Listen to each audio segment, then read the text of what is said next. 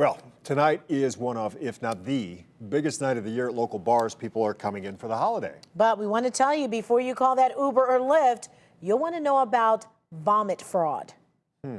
5 on Your Side investigator Jonathan Walsh shows us what it is and how to protect yourself. It was one of those things that it's just like, holy moly, like, are you sure? Brooke Pleta from Twinsburg Township was asking the right questions. I know I didn't do that. Are you sure you have the right person, the right ride? After a late night at the bars in Columbus, Brooke says she and her 2 friends hopped into an Uber. Had no problems until the next morning. An $80 cleanup fee was added to her account.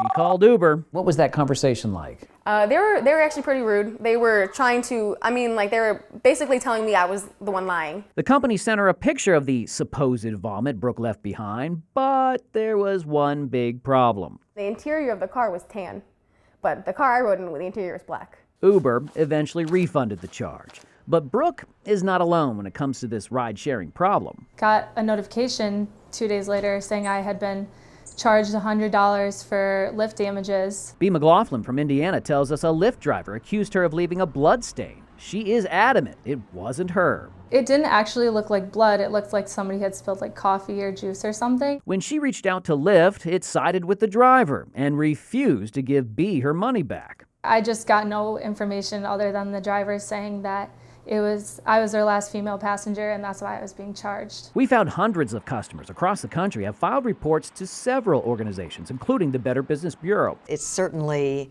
something that is relatively new that we're seeing. Sue McConnell from Cleveland's BBB tells us there have been complaints about the supposed proof given by drivers. In one example, they were able to determine by looking at the metadata on the picture that it was a picture taken in India, not even in the city where they had taken the ride. We reached out to Lyft about B's $100 bloodstain charge. B got an email then refunding about half the damage fee. The company sent a statement. We take damage disputes such as these very seriously. Lyft's support team investigates each incident individually and makes a determination based on the evidence available. Brooke has a theory about her Uber case. This is the only reason they refunded me, actually, because I told them I was going to call the news. Brooke and B say ride-sharing companies need to better investigate damage claims before charging customers. B telling us even if it means putting cameras in the vehicles. I know it would be a hassle, but it would keep people like me from being charged for something that they didn't do. Drunk kids are an easy target, but there's no excuse to falsely charge somebody's account. So, this is what you do. To protect yourself, take a picture of the seats before you get in. Look around. And then, after your ride is over, take another picture. That way, you'll have evidence of what the seats look like before and after the ride.